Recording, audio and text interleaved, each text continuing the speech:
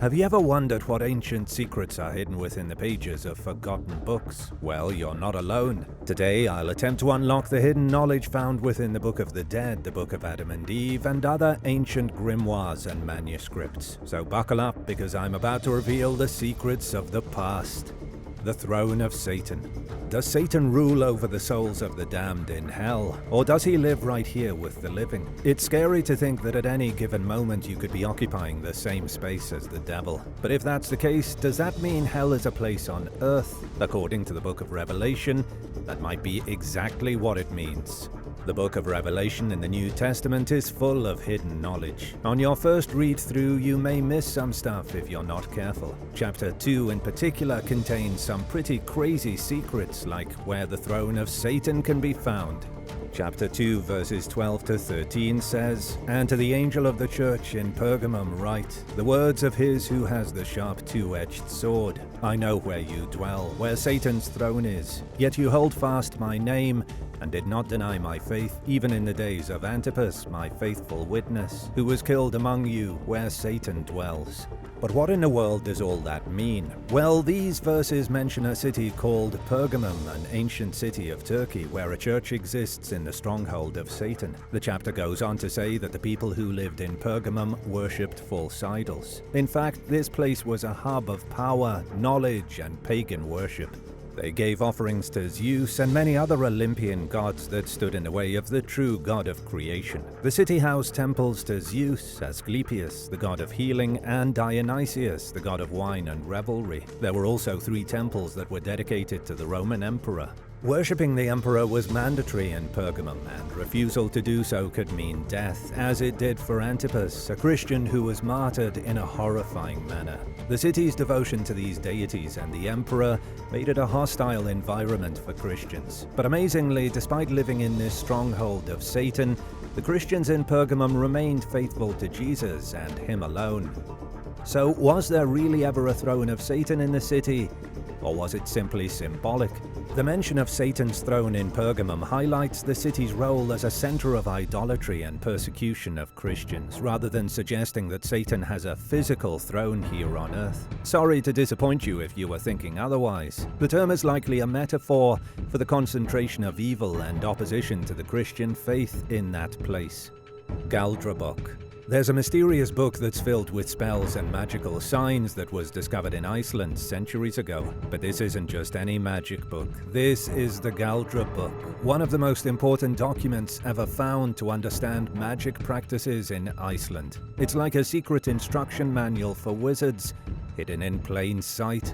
The Galra Book was written around the Reformation period, sometime between 1550 and 1650 AD, a time of big religious changes. Interestingly, the book itself wasn't written by one person, but by 4 scribes over about 100 years. But who were these scribes, you may be asking? Were they all part of a secret magical society? Well, we don't know for sure, so they definitely could have been, adding to the mystery. The coolest part of the Galra Book is the magical symbols used in the spells. There are runes, which are like magic letters, and then there are Galdra Mindia, which are special magic signs that might be based on runes. But here's the puzzling part. Some of these symbols are so strange and complex that it's hard to tell what they mean. Were they trying to confuse people or keep their magic secrets hidden? Another mysterious aspect of the Galra Book is the mix of religions in the spells. While some spells clearly call on Christian figures, others seem to reference older pagan gods. It's almost like the book is a mashup of different beliefs. This might be because Iceland converted to Christianity later than other parts of Europe. So maybe these spells reflect a mix of old and new ideas. Finally, the spells themselves can be for good or bad intentions. There are protective spells to keep you safe, and even some healing spells that use natural ingredients. But there are also more aggressive spells, which makes you wonder, were these wizards using magic to help people, and possibly maybe hurt them too? The Galra Book is a fascinating glimpse into a world of Icelandic magic. It's full of mysteries and secrets, leaving us with more questions than answers. Who were the scribes? What exactly did the strange symbols mean? And were these spells used for good or evil? Nobody knows for sure, but let me know what you think in the comments down below. The Book of Adam and Eve. Have you ever wondered what happened to Adam and Eve after they were kicked out of the Garden of Eden? Well, the Book of Adam and Eve, also known as the conflict of Adam and Eve with Satan, claims to reveal this secret history. But what exactly does this book tell us, and why isn't it part of the Bible? The origins of the Book of Adam and Eve are mysterious. It's believed to have been written by an unknown Egyptian author in Arabic and then was later translated into Ethiopic.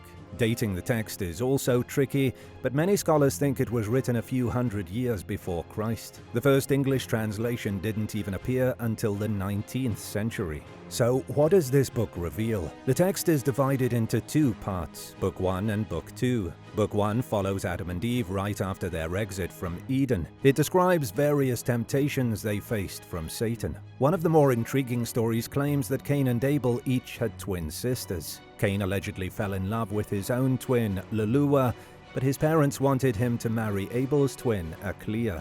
This love triangle supposedly led to Cain murdering Abel, which is a whole different story than what the church teaches today. Book 2 continues with the history of their descendants before the Great Flood. It describes the conflict between the families of Cain and Seth, Adam and Eve's third son. The book, or should I say books of Adam and Eve, are filled with tales that seem more like fairy tales than historical accounts. For instance, it says that when Abel was killed, the earth trembled and his grave kept rejecting his body. But what in the world would that have looked like? Was the grave literally spitting out the body? It's not clear, unfortunately. The books also claim that Adam and Eve kept Abel's body in their cave for 7 years. Just imagine how bad it would have smelled in there. These stories, while entertaining, contradict the Bible. For example, the Bible states that Cain's offering was from the soil, while Abel's was from his flock. The books of Adam and Eve, however, says that both brothers brought sacrifices of blood and grain. So, is anything written in these books reliable? Can anything be verified? Sadly, the answer is no. But then again, there isn't really a book in the Bible that can be verified either, is there? The books of Adam and Eve are not considered lost books of the Bible because they were never part of the Holy Scripture to begin with. The Bible, as the authoritative and God-inspired text, does not include these or other similar works of fiction. These books are labeled as apocryphal writings, which basically means that the church looked them over and decided for everyone else that they weren't worth reading. But still, these books are super interesting, and if you're fascinated by Adam and Eve, I'm sure you'll enjoy the continuation of their story. First, it's shout-out time. I wanted to give a big thank you to Kaylee Weaver and Kiran Daredevil for supporting this channel. Be sure to subscribe if you haven't already for more videos like these. The Teachings of Taho, the oldest book in the world. The Teachings of Taho is sometimes labeled as the oldest book in the world. Whether that's true though, well, that's up for debate. Most people have never heard of this ancient book before, and yet it predates the Quran, the Bible, and the Buddha by hundreds or even thousands of years. But what's so important about this book, and what secrets does it contain? Before we get into it, let's back up a bit. As a means of communication, writing was initially developed in Sumeria, or modern-day Iraq, around 3200 BC. However, it was first used for record-keeping and taxation, not literature as writing is used today. But Ptah-hotep changed all that. He wanted to use writing as a way to share wisdom, not just as a way to record numbers. And that brings us to a very important question. Who was Ptah-hotep? He was a real man who lived in the 25th century BC. He served as the vizier for King Djeker-I-Sesi, who ruled Egypt in the 5th dynasty. During this period, the vizier was essentially the pharaoh's prime minister, or chief advisor. He would supervise all of the legal matters in the name of the pharaoh. He was in charge of organizing all military units, the agriculture of the land, and the construction of the monuments and burial chambers of the king. He also headed every civic project and controlled record-keeping. The vizier was the second highest judge in the land after the king. Anyone appointed to this role had to be well-educated and literate. And as far as viziers go, Ptah-hotep was pretty famous. By the time the Teachings of Taho was first composed, Ptah-hotep himself was likely an older man nearing the end of his career. The pharaoh had approved Ptahhotep's son, Kergemni, to take over his role as vizier. This is what prompted Ptahhotep to write the book in the first place. Ptahhotep wrote down information that he believed wise rulers should know, but normally could only be gained by years of experience. By doing this, he created a brand new type of literature, which was then imitated for centuries across the Middle East. Today, it's known as wisdom literature to scholars. Experts even believe that the book of Proverbs from the Bible takes ideas from this much older book. The Teachings of Taho offers wisdom for a good life, especially for those in positions of power. One important message is that leaders need to stay humble. Even the smartest and most powerful figures should still listen and learn from everyone, regardless of their position. According to Ptahhotep, everyone has valuable experiences and perspectives.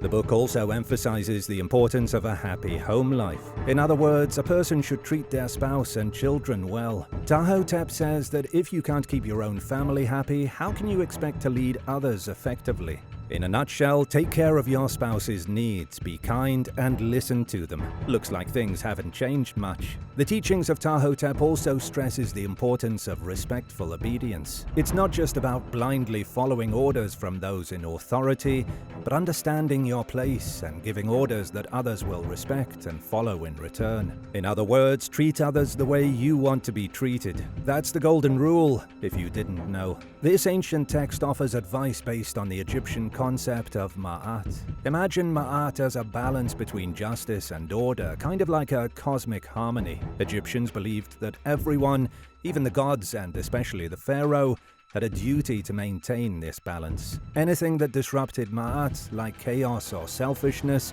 was seen as truly awful. With its different language, religion, and customs, this book might seem strange to us today, but Ptahhotep's message actually bridges the gap of time. He reminds us that people from way back then valued things that we still care about, like humility, respect, learning, and family. The core message is to focus on what unites us as people, not what divides us. If the world had more people like Ptahhotep in it today, things might be a lot better off, don't you think? Suda Monarchia Demonium. Let's dive into a bizarre, mystical world where demons have their own little kingdom. This world is captured in the Suda Monarchia Demonium, or the false hierarchy of demons. Created in the 16th century, this book lists the names of 69 demons and claims that this so-called demonic monarchy is false. It's like a sly jab at those who seriously believe in hell's demons. The Suda Monarchia Demonium first appeared as an appendix in Johann Weyer's book on witchcraft and demonology, titled De Prestigiis Demonium et Incantionibus ac Beneficis. Weyer, a Dutch doctor and occult enthusiast born in 1515, was no ordinary guy. His fascination with magic began under the mentorship of Heinrich Cornelius Agrippa, a renowned magician and occultist. Agrippa passed away when Weyer was just 19, but Weyer's interest in the mystical arts only grew stronger. Weyer's career took a magical twist when he was called to advise on a court case involving a fortune teller. This sparked his deep dive into witchcraft and his mission to defend those accused of practicing it. By the time he was 62, Weyer published his Suda Monarchia Demonium. This work aimed to mock the idea that witches worshipped a complex hierarchy of demons. Weyer argued that while demons could mess with people's minds, it was the so-called magicians, con artists of the time, who were fooling the common folk, not the witches, who were deemed mentally ill. Ironically though, Weyer's book also explained how to summon these demons, just like a witch might. This intriguing blend of skepticism and practical magic made his work quite influential. It even inspired the creation of the Lesser Key of Solomon, a spell book detailing 72 demons who were allegedly summoned by King Solomon. The book served as a guide for those curious about the appearance and powers of various demons.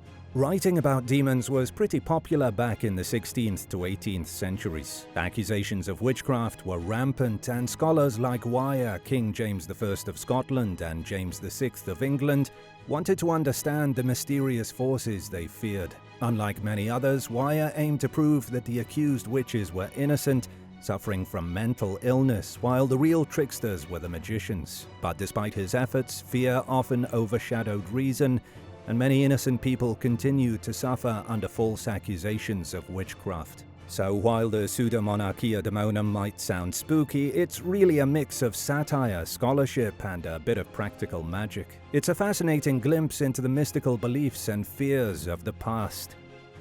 Number 6. Book of the Dead. The Egyptian Book of the Dead isn't as dark as you might be thinking. It's a collection of magical spells intended to help the deceased navigate the perilous journey to the afterlife. Unlike a holy book or a set doctrine, it's more of a practical guidebook filled with spells meant to ensure safe passage to paradise. This book isn't really a book at all, but a roll of papyrus inscribed with hieroglyphic script and adorned with vibrant illustrations. Only the wealthy could afford these, as they were quite expensive. The more money you had, the more personalized your scroll could be, with specific spells chosen to suit your needs. The ancient Egyptians believed that a person was made up of various elements: the body, spirit, name, and heart. They feared that these elements would scatter after death, so many spells in the Book of the Dead focus on keeping these parts intact. There are spells to ensure your body doesn't decay, that you don't lose your head or heart, and that you can continue to breathe, drink, and eat. The journey to the afterlife was imagined to be fraught with danger. The deceased might be attacked by familiar threats from the living world, like snakes, crocodiles, and insects. However, the afterlife made these threats far more terrifying. Beyond these creatures, gods and demons were also entities to look out for. These supernatural beings guarded various gateways that the dead needed to pass through to move on. And if you didn't know the right spells or answers to their questions, these gatekeepers could attack you with knives, serpents, or any number of horrifying things. They were essentially seen as trolls guarding a bridge, but instead of a bridge, they were guarding the afterlife. Failing to have the proper spells could lead to horrifying punishments. The deceased could be decapitated, placed on a slaughter block, or turned upside down, which meant suffering the grotesque torment of consuming excrement and urine for eternity. How disgusting would that be? The ultimate fear for the ancient Egyptians was the so-called second death. This was the complete destruction of the spirit, meaning the deceased would simply cease to exist and be denied any afterlife at all. This was the absolute last thing an Egyptian wanted to happen. In comparison, this belief is sort of like how some people think when you die, nothing happens. There's no heaven, no hell, no afterlife. There's simply darkness for eternity. But what a horrible thing to believe. Living in such a world of dread, the Book of the Dead offered a way to protect oneself and navigate the treacherous journey to the afterlife. It was a lifeline in a realm filled with unimaginable threats and trials, guiding souls towards the eternal paradise they wish to go to after their death.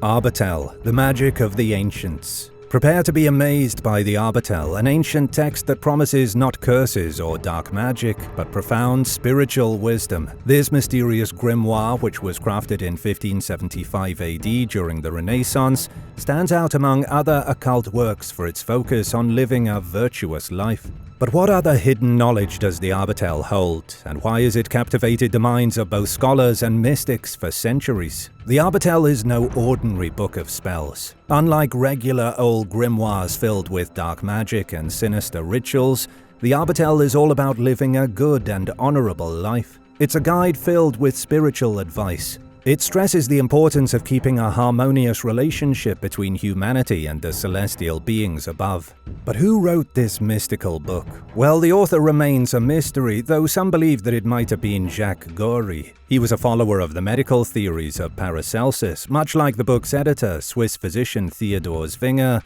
and its publisher, Italian printer Pietro Perna. What's inside this ancient text? The Arbatel focuses on the positive connections between humans and the heavenly realm. It's rich with references to the Bible, suggesting that the author was deeply influenced by Christian teachings. The British poet and mystic Arthur Edward Waite even noted that the Arbatel is distinctly Christian in nature, steering clear of the dark arts and demonology seen in other occult texts like the Keys of Solomon. And yet, the Arbatel's reputation isn't entirely spotless. Some critics, like the Dutch physician Johann Weyer, condemned it as full of magical impiety. In the early 1600s, two professors at the University of Marburg in Germany faced backlash for trying to use the Arbatel as a textbook, even leading to a student's expulsion. And in 1623, an accused witch claimed to have used its incantations, adding to its controversial history.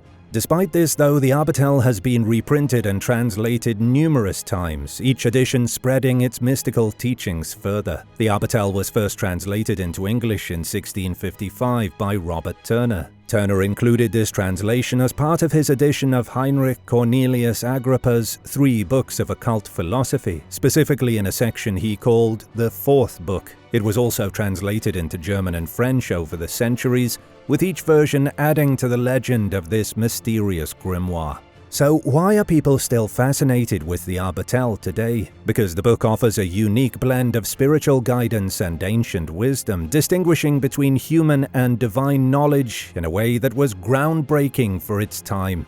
Treatise of the Vessels. There's an ancient text that reveals secrets about King Solomon's missing treasures, including the Ark of the Covenant. It's called the Treatise of the Vessels, and it was translated into English just 10 years ago. Solomon, the third king of Israel, ruled between 965 and 925 BC. He is depicted as a powerful, wealthy, and wise king in the Hebrew Bible. According to the text, he commissioned luxurious fortresses and palaces to be built in Jerusalem, as well as the first temple. And as the story goes, that temple housed one of the most legendary pieces of treasure in the world, the Ark of the Covenant. This was said to be a gilded case that held the original 10 Commandments, the same ones given to Moses by God. But where is this Ark now? And for that matter, where are the rest of Solomon's missing treasures? The Treatise of the Vessels, or Masaket Kelim, first appeared in a Hebrew book published in Amsterdam in 1648. Then a nearly identical version came out in 1876. Recently, though, Professor James Davia from the University of St. Andrews translated the complete treatise into English for the first time.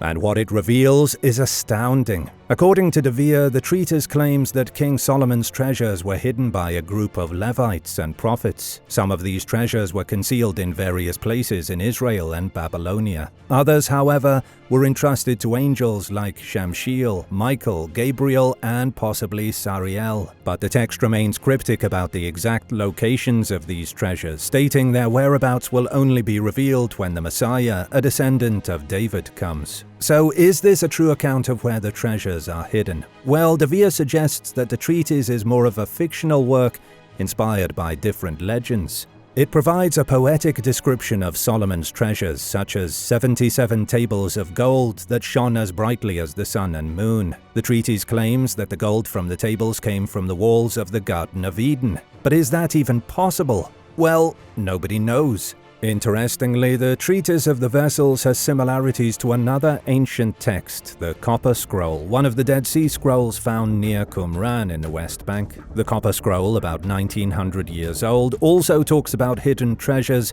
but is unclear about which treasures it refers to. Both texts mention recording important information on metal, which was more durable than papyrus or parchment. But what about the most famous treasure of all, the Ark of the Covenant? According to the Bible, Moses had the Ark built to hold the 10 Commandments. The Israelites carried it during their 40 years in the desert, and after conquering Canaan, it was kept in the city of Shiloh. King David then moved the Ark to Jerusalem, where his son Solomon placed it in the first temple. But the Ark disappeared around 2,000 years ago, leading to numerous theories about its fate. One theory suggests that Levitical priests moved the Ark to Egypt before the Babylonians destroyed Jerusalem in 586 BC. From there, it supposedly ended up in Ethiopia, in the St. Mary of Zion Cathedral in Aksum. According to legend, only a monk known as the Guardian can see the Ark, so it has never been studied to confirm its authenticity.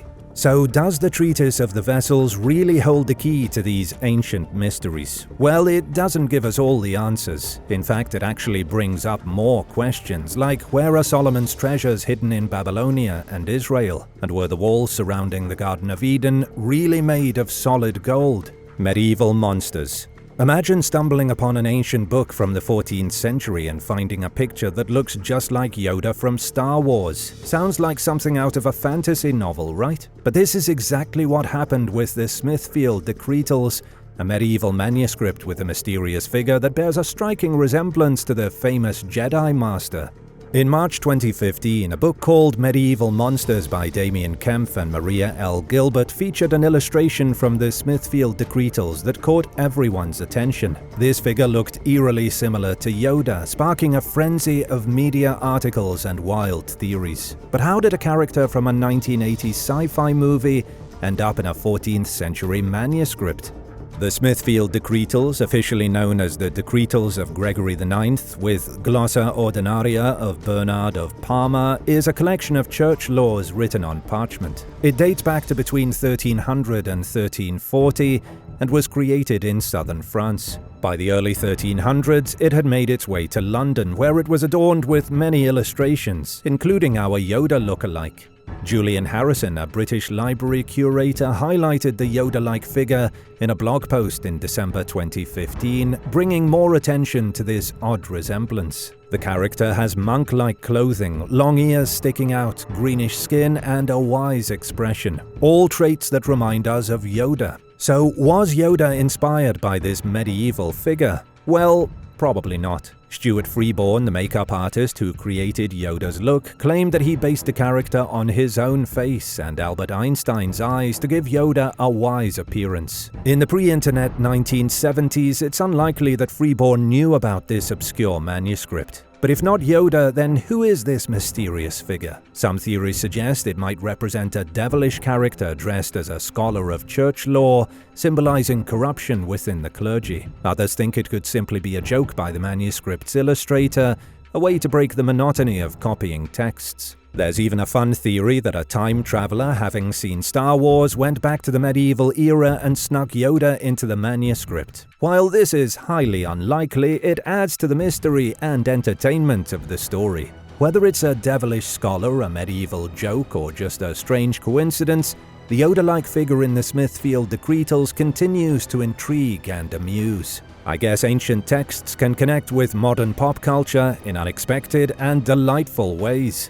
The Apocalypse of Peter.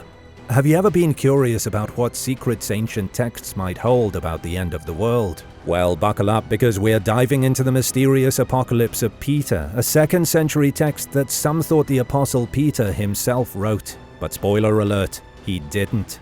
This apocalyptic book is like a game of telephone gone wrong. The original text, unfortunately, is lost to history. What remains are fragmented pieces, some whispering secrets in Greek, and others offering a distinct perspective in Ethiopic. These contrasting narratives paint a frustratingly incomplete picture, leaving historians to piece together the original message with educated guesses. But despite the fragmented state, the Apocalypse of Peter resonated with early Christians. Its core message served as a stark warning. False prophets, the text cautioned, would emerge in the final days, twisting the truth and leading people astray. But this wasn't all. A fearsome day of judgment loomed, a day painted in fiery destruction. The text doesn't shy away from dramatic imagery, depicting the apocalypse as a cataclysmic inferno with floods of fire consuming the world. It also claims that the world's oceans will boil, and that not even the stars will escape the scorching heat. While the Apocalypse of Peter may not be the direct words of the apostle and doesn't hold official scripture status, it offers a captivating snapshot into the minds of early Christians. It reveals their anxieties about the end times, their fear of false teachings, and the vivid imagery they use to depict the coming judgment. Shhashim. Everyone's name has a deeper meaning, but some are deeper than others. Hebrew names, for example, are full of spiritual significance, and the Jewish mystical text Shhashim explains them all. This ancient book explores the roots, meanings, and spiritual importance of Hebrew names. Let me take you on a journey through this fascinating work. First things first, what's with all the mystical mumbo-jumbo? Well, Shhashim is part of the Kabbalah. The Kabbalah is a body of Jewish mystical literature that seeks to uncover the hidden mysteries of God, the universe, and our existence. But here's the big question. Who wrote this book? The author is said to be Rabbi Moshe Zacuto, a 17th century Kabbalist from Italy. However, some believe it might have been written even earlier by an unknown soul. The truth here is unclear. So what's the deal with names? According to Shhashim, every Hebrew name carries a unique spiritual energy and purpose. It's like a secret code waiting to be cracked. By analyzing the letters, numerical values, and connections to divine names, this book claims to reveal deep insights into a person's soul and life's mission. Dang, that's some heavy stuff.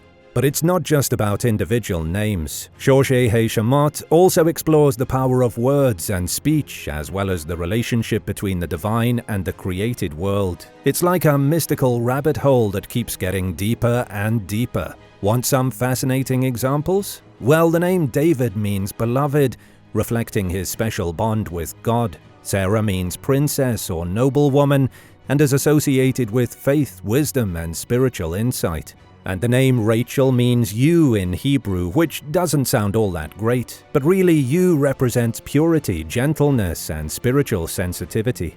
Here's the catch though, Shhashim is a closely guarded secret among occult authors. It's rare, expensive, and almost impossible to get your hands on. But hey, at least you know some of its secrets now, right? That's it for today's video. If you haven't already, be sure to leave a like and subscribe to the channel. And if you have more time, be sure to stick around for an older video you might have missed. The Four Horsemen. In the book of Revelation, the Four Horsemen are the harbingers of doom, those terrible riders who herald the end of existence. It's when the first four seals are opened that the riders come forth to start a cataclysm that will plunge the world into darkness and misery. It's about as grim as it gets, but not the most terrifying thing that happens in the book of Revelation. Out of all the horrible things to happen at the end of times, the Four Horsemen are the most well-known in popular culture. We have the first horseman who arrives on a white horse, interpreted as being Jesus Christ or the Antichrist. There's the second horseman who rides the red steed and represents war and bloodshed. The third horseman rides a black horse and symbolizes famine, while the fourth horseman rides a pale horse and represents death. The way the horsemen work is like this. First, the white horseman shows up to signal the end of times. Next, the horseman of war comes to plunge the world into conflict and chaos. Next, the third horseman unleashes a famine that wipes out all the food on the planet. Now that these events have plunged the world into chaos, with everyone fighting and starving, the pale horse of death comes to carry away the souls of all the sick and dying. And in the end, there's nothing left. This book is still just as valid for modern Christians who believe that the prophecies in Revelation have meaning to events happening now. They are encouraged, as the first century Christians were, to remain faithful to the end. In the face of the severe problems confronting today's world, they should have faith and trust in the promise of Jesus. Behold, I am with you always, until the end of the age. The Seven Trumpets. The book of Revelation is confusing. The Four Horsemen should be enough to obliterate the civilized world at the end of days, and yet there are a lot more miseries that the book describes during the Great Tribulation. One of the biggest and most disturbing miseries is the Seven Trumpets. When the being known as the Lamb opens the seventh seal, silence falls in heaven for approximately 30 minutes. Then God gives the seven angels standing before him 7 trumpets to blow. A different angel blows each trumpet, and the book names none of the angels, and each blast of a trumpet brings with it a terrible judgment. The blast of the first trumpet devastates the earth. A hail of fire and blood burns the trees and the grass until it scorches the earth. All living marine animals are killed by the second trumpet. The third trumpet turns the water bitter and kills all humans who drink it. The fourth trumpet then kills the sun, moon, and stars, turning them dark and plunges the world into blackness. And that's only the beginning. We still have 3 trumpets left. The 5th trumpet releases Satan, who then uses his demonic influence to torment all the souls of the people left on earth who haven't died yet. It's described in the book as a time of incredible torture and pain. The 6th trumpet brings an astonishing amount of death, releasing 4 angels and an army of demons to continue the killing. And finally, the 7th trumpet completes the apocalypse. The events have destroyed the earth, and it has transformed the kingdom of the world into the kingdom of the Lord and the Messiah, and it will reign forever and ever. The 7 bowls and the 7 plagues. It's important at this point to talk a little about the 7 seals. Heaven seals them on a scroll, like what you see in old movies when someone closes a letter with a wax seal and a press. In the book of Revelation, it's the prophet John who discovers a scroll closed with 7 seals. When something breaks the seals on this scroll, they begin the earth's calamities. The first 4 seals being broken release the 4 horsemen, and the rest of the seals unleash other torments. One torment is the 7 plagues of Revelation. 7 bowls of misery are poured out on the world. The book describes 7 specific illnesses that are unleashed on the world's godless population. These 7 bowls are carried by the 7 angels who blow their 7 trumpets. And the illnesses are similar to what happens when the angels blow their horns. The first is a sickness of sores. Painful and stinky sores will infect all the people of the planet. Next, the sea turns to blood, which is the same as what happens with the trumpet. The third one is the same as the 3rd trumpet, with rivers and springs turning to blood and making everyone sick. But the 4th one is different, describing such heat from the sun that it scorches every man like he is on fire. The book says their pain will be so great that they will gnaw on their tongues, but no relief will come to them. The 5th one pours out darkness and pain, blanketing the earth in blackness. The 6th one describes 3 unclean spirits being released from the mouth of the dragon, the beast, and the false prophet. What's interesting about this is that the spirits target the Euphrates River, saying all those who worshipped the river as a false god will die of pestilence and diseased frogs will cover every inch of land. This is describing the false gods of ancient Egypt and Mesopotamia. And finally, the 7th bowl starts an earthquake so impressive that the islands and mountains of the world vanish and break apart. Have you ever had an earthquake where you live? The hidden meanings in the book of Revelation. Most scholars agree John the Elder wrote the book of Revelation sometime around the year 96 AD in Asia Minor, probably in modern Turkey. He allegedly wrote everything which will transpire during the apocalypse, the details given to him by God. What's interesting is that during this time, apocalyptic literature was all the craze. While such a book may be difficult for modern people to read, people of the ancient world would have been more familiar with its complex nature. There were all kinds of apocalyptic writings from 2,000 years ago, and they all used strange and cryptic messages. But the people back then wouldn't have taken the words in the book so literally. The book of Revelation is so confusing today because all the strange scenes that seem so unintelligible were metaphors for the destruction of Rome and the rise of the Christian kingdom. It helps us to understand if we look at what was happening around the year 89 AD. Everyone still remembered when the Romans marched on Jerusalem and wiped everyone out just 20 years earlier. They considered the religious and political force of Rome a major threat, and the author of the book of Revelation conveys this threat through brutal apocalyptic images, which several centuries later were turned into religious scripture, which today is often interpreted verbatim. Babylon the Great. Babylon the Great, also known as the Whore of Babylon, or Babylon the Great, mother of prostitutes and abominations of the earth, appears in the Apocalypse. We see her sitting on a scarlet beast with 7 heads and 10 horns. She is dressed in purple and scarlet, covered in gold and jewels, and holding a cup filled with abominations and impurities.